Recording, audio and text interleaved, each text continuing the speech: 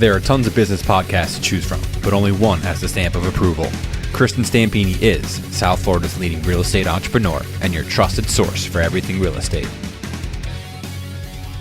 I would like to welcome our listeners and thank you for joining us for another episode of podcast of the Stamp of Approval. I'm Kristen Stampini, co-founder of the Stampini team with RE/MAX in Boca Raton, Florida. I'm also a certified real estate coach with the Craig Proctor Systems and the owner of Global Virtual Assistants. The Stamp of Approval podcast was launched to share and educate other realtors, consumers, and other business owners across North America by sharing value and content to our listeners in each and every episode. I share my experiences, triumphs and failures, and strength throughout my entire life with the hope of my audience being able to expand their knowledge on everything real estate, business, sales, and mindset oriented. We launched Stamp TV on YouTube as well just recently. So come find us on YouTube.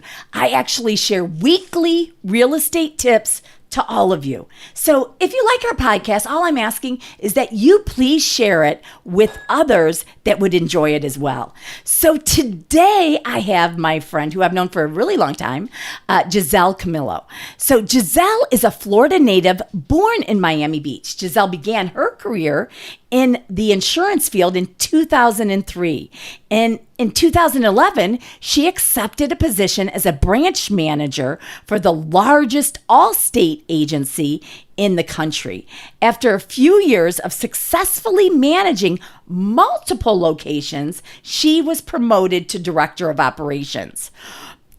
She is now, with her entrepreneurship spirit, drove her to acquire an existing all-state agency right here in Palm Beach County.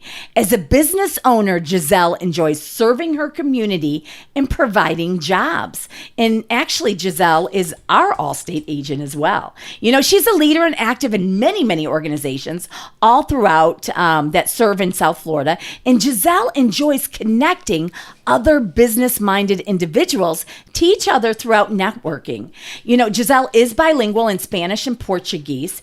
And today, we're going to be talking about what you need to know when shopping for home insurance as a first-time home buyer or first-time home investor. So welcome, Giselle. Thank you so much, Kristen. It's wonderful to be here.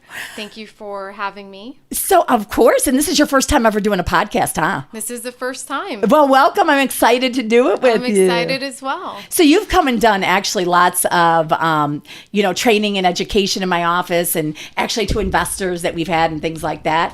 You're definitely known to speak and do a great job and teaching and everything else.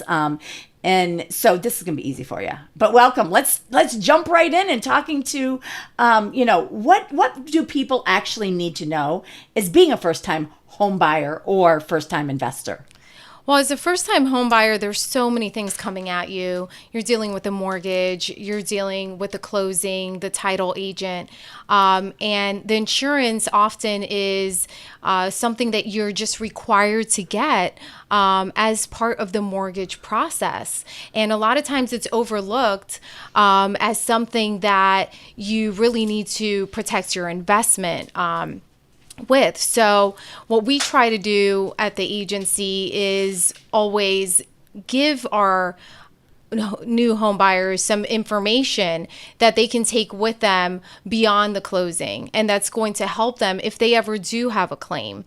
But at the same time, getting them to the closing table, because really that's what they're excited about. They're purchasing this new home, whether it's a home that they're going to be living in or a home that they're going to be investing in and renting out.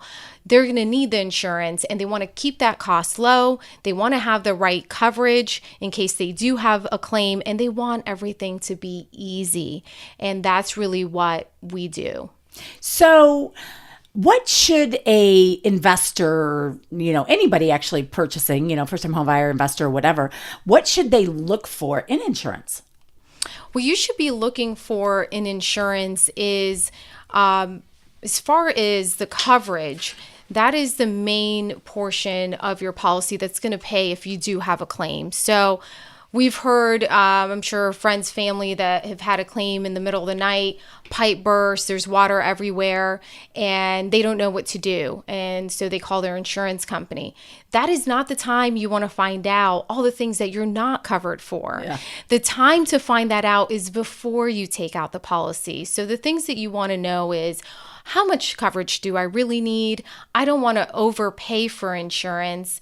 And how can I keep my costs down? Yeah, those are really good points. And what do they want to look at as coveraging? Like, so I know, as obviously being a real estate agent, I know that that we just want to also just get the deal done. And if they want to up their coverage afterwards, that's good, right? Absolutely. So we work with so many realtors, mortgage brokers, and that's often a topic of conversation where, let's say, the debt to income ratio is very tight and they need to make it work. So you need to get the insurance to be a certain magic number. So we work with the realtor and the mortgage broker to really figure out, okay, what is that magic number? What do you need it to be? And then we give the client the information that they should know, which is, this is the coverage that you have, this is the price that it's going to be, and this is the coverage that we recommend. You can always increase the coverage later on, but to get you to the closing table, this is what you need to go with. Because the last thing that people want to do is let the insurance make it so they can't purchase the home. Oh, right? Absolutely. So we've seen that happen. And that's why we always recommend when you're looking at 2 to 3 homes and you're like, okay, it's one of these, give us a call at the agency. We can start running some quotes and just give you a ballpark scenario so that you know what to expect. We also will be reviewing the inspections for you so that there aren't any hiccups during the process so that you can get to the closing table, because a lot of times it's not just about the price. It can also be really something regarding the roof or the electrical panel or something else that can make that home not qualify for home insurance through any carrier. So you want to know that ahead of time. And many times the great part is you can negotiate with the seller and say, hey, this electrical panel isn't acceptable or the roof needs to be repaired. And then you can go back, negotiate with them, and possibly get it fixed. And then you have your insurance and you have your closing ready to go. That's right. What about, when you like have 3 different homes, what are the things that, like, if you're east of 95 or west of 95, or for example, in our area, right? So it really depends on how does the insurance go up? If it's a pool, if it's an enclosure, I mean, how does it rank? I mean, how do you figure that out? I'm going to give you a few tips. First thing that you want to know when you're shopping for a home, if you want something that is the most affordable for insurance, and like I said, whether you're a new home buyer or an investor, you want to keep that cost low, the very first thing that you should be looking at is the year built of that home. So the magic number in insurance in the state of Florida for Palm Beach County is 2002 and newer. And there's a specific day and month, which is March 1st, 2002. So if that permit for that home was pulled March 1st, 2002, you're going to get that magic credit for the building code and for the roof. So anything after 2002, you're going to get the best rate. New construction, you're going to get the very, very best rate. So if it's a 2019 home, that's excellent. Now, I'm sure you're thinking, we have a lot of homes that are in their 70s, 80s, and 60s. So what do you do there? And the simple solution is you get a wind mitigation inspection. So the wind mitigation is basically certifying how wind resistant your home is against a hurricane, which is great for you to know as a home buyer to protect your investment. But the roof is the main thing that they're going to be looking at if your home was built prior to 2002. So If you're purchasing a home that's built prior to 2002, that is no problem at all. You can still get affordable insurance. What you want to be looking at is when the roof was replaced. If it's more than 15 years old, that can be an issue. So you want to look and see if the roof was maybe replaced after 2002, because that's the magic number. So here in Florida also, will you get a discount like if you have hurricane shutters? Absolutely. So if you have hurricane shutters or opening protection, which would be impact windows and doors, you will get a significant credit on your home insurance. But I'm going to tell you something to watch out for here, which is you could have hurricane shutters all over your home, every window. If your front door is not hurricane rated, okay, then you are not going to get that credit. For anything. For anything. Right. The second thing is your garage door. It's the biggest opening to your home. If that's not hurricane rated, you're not going to get the credit because that is the biggest weakness in your home during a hurricane. So you want to make sure to ask those questions to your realtor so that they can find out, okay, is the front door rated? Are the sliders rated? And is that garage door rated as well? Yeah, those are such good points. You know, a lot of the time when you're getting insurance and you're thinking about it is to actually call, right? You're to call an agent or several to compare before you even purchase it. Absolutely. I always recommend to get a second opinion. You want to deal with someone that is a professional licensed in this state, and preferably someone that lives in the state and is well-versed in the market. So that's really important because there's so many things that change from county to county. So that magic number in Palm Beach County is 2002, but you might not know that in Dade and Broward County, that magic number is 1994. Really? Why? Yeah, September 1st, 1994. Do you remember what happened just a couple years prior to 1994? Hurricane Andrew? Hurricane Andrew. So they changed the building code, thankfully, and that's why their building code is September 1st, 1994. Wow, that's interesting. So what about, what are things that, if I was looking, especially as a first-time home buyer. So as a first-time home buyer, I'm on a budget. So what are things that I can look at in a home before purchasing it that is going to help, obviously, with the price of my insurance being lower? You said in Palm Beach County, March 1st, I believe, of 2002. Correct. Right? Or September 1st of 1994 in Palm Beach or Dade. I'm sorry, Broward or Dade. Broward or Dade. Mm-hmm. And then what else can I look for the insurance being lower? So a few other things, your deductible. So you can choose a little bit of a higher deductible, but I always forewarn my buyers, if you're going to increase your deductible, make sure you have that in an emergency fund because that's when you're going to need it during an emergency. Mm-hmm. And if your deductible is 5% of whatever the coverage limit is, for example, $200,000, 5% of that's $10,000. Mm-hmm. You might not realize that that's the insurance that you're signing up for. So we're very upfront with our clients and educate them. That's really the big thing. Yeah. As long as you know and you feel comfortable with the coverage that you have, that's fine. So you can always increase your deductible if you can afford to do so. You can also add an alarm system. So if you have an alarm system, that's going to lower your rate. And also the coverage limit. So making sure that you're not over-insuring your home. Mm-hmm. I see this happen often. Someone's purchasing a home for $350,000. So they think, well, I'm purchasing it for $350,000, so I might as well insure it for $350,000. Yeah. But that's not really the rebuild. Right. That's not the rebuild cost. So the rebuild cost is the living area square footage multiplied by whatever the contractor would typically charge you to rebuild the home. So that doesn't include land value. So really, on a $350,000 home, you should not be insuring it necessarily for $350,000.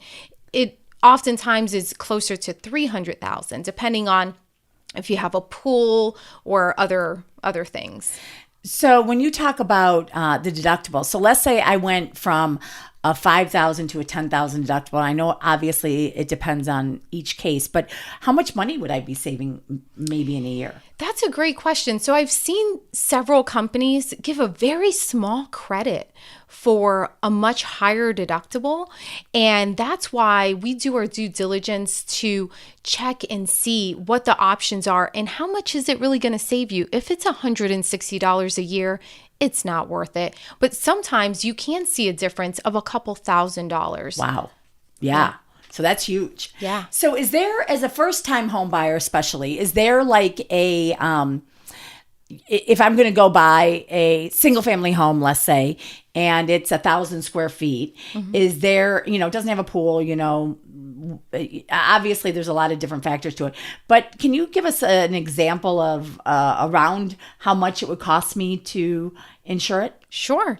So building costs are constantly changing in the market, especially when there's a hurricane. So prior to Irma and Hurricane Michael, things were pretty steady and they hadn't changed. And so a lot of home buyers were able to adjust the cost down. And even current homeowners were able to adjust their insurance coverage down because the building cost wasn't so high. And as you remember, during the boom, everything was inflated. So typically at that time, it was around $125 a square foot on an average home with average finishes. Now it's closer to $140 to $150 a square foot, and sometimes it can be more. And that is all depending. When I say finishes, I'm referring to your kitchen built-ins, what kind of cabinets do you have, what kind of countertops do you have, the flooring.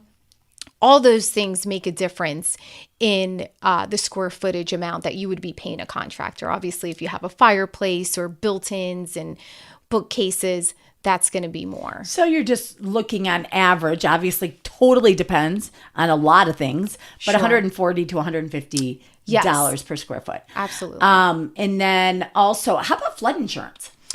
So flood insurance, is an interesting thing all over the country. It's not just an issue in Florida. So flood insurance is something that we're always struggling with because the flood zones are constantly changing. They remap zones. You were in a flood zone, now you're not in a flood zone. The thing about flood insurance that you need to know is it's not automatically covered under your home insurance. And let me just quickly explain what flood insurance really covers. So a flood, when it comes to flood insurance, is determined by rising water, which is not if you have a pipe burst in your home or if your dishwasher starts leaking. That's not a flood. That would be covered typically under your home insurance. However, interior, yes, that would be covered under your home insurance. Now, if there is a flood, meaning there's a storm out there, a tropical storm, which we get very often in the summertime, or even a hurricane, many times that storm comes with so much water, it dumps, in our cities, and the water starts going up your driveway and it starts going into your home. And all of a sudden you're 4 inches deep in your home. That would be a flood. And that is not covered under your home insurance. Even if you have hurricane coverage, it is not covered under the hurricane coverage in your policy. Wow. So is it required? It's not always required. And the thing is, the entire state of Florida really is a flood zone. Yeah. And it's really sectioned off by two different things. So one thing is a preferred flood zone. Preferred flood zone just means that you're in a lower risk zone. However, 20% of floods occur in those preferred flood zones. The other flood zone is a higher risk zone. That's where you see your mortgage company requiring you to carry flood insurance. So that is where people think, well, I'm not in a flood zone, but really you're just in a lower risk zone. So how much is flood insurance? So typically flood insurance, if you are in a preferred zone, is $482 for $250,000 worth of coverage. Now, if you need less coverage, you can opt in for less, and then the coverage goes down, or the premium goes down. Wow. So just all of our listeners on here, from realtors to buyers, especially, that you have to realize that a lot of the time when like Giselle said, you're not in a flood zone necessarily. I mean, all of Florida is a flood zone, but you're not required necessarily to have flood insurance. So you need to make sure that if you are, you would know if you're paying for flood insurance. So it's something that, do you want that risk? Especially for the first time home buyer. I don't think I would want that risk. No, and we've learned some lessons from our neighbors over in Texas and in North Carolina when these hurricanes came through. Hurricane Harvey devastated Texas, and a lot of those sections where it flooded were preferred flood zones. And I just, as an agent, over 15 years of experience, I just can't believe it myself. Yeah. And it just really makes you think, okay, you might be in a preferred zone, but if that could happen there, why couldn't it happen here in Florida where we're surrounded by water? That's right. That's right. So for our listeners, give, especially the first time home buyer, because it's scary. It's the whole process is scary. So for somebody who's never dealt with, with insurance or anything else, give a few tips to them. Okay, so a few tips to the home buyers, whether it's their primary home, an investment property, or just a seasonal property. Make sure that you're dealing with a professional that really knows the market and what they're talking about. I often see buyers calling a 1-800 number, and I'll give you a quick story. Home buyer calls a 1-800 number. They give them a really cheap quote. They said, this is what I need to close. Great, no problem. They end up calling our agency a few days later after they said, well, I'm going with this cheaper company, and advised us they gave us the wrong thing. They gave us completely the wrong coverage, and now we can't close. Can you please give us the quote that you originally gave us? And the reason why is in the state of Florida, we have a lot of different types of homes. So some are single family homes, some are villas, and some are townhomes.